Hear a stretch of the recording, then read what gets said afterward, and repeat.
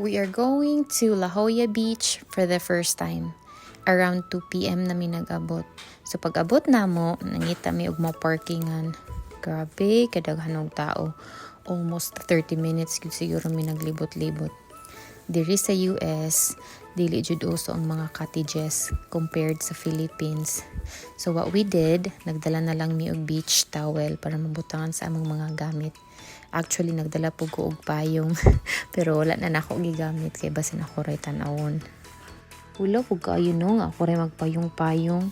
Ang uban manggani halos wala na isuoton para lang mainitan. Gi-challenge pito ko sa akong bana bills. $1,000 sabi. Charot. Conservative type biya ta diri nga side. Excited na kaayo si Jax mag-swim. Unfortunately, grabe katugnaw ang tubig. So dili mi makaligo. Yes na lang, lingaw ra man pud siya.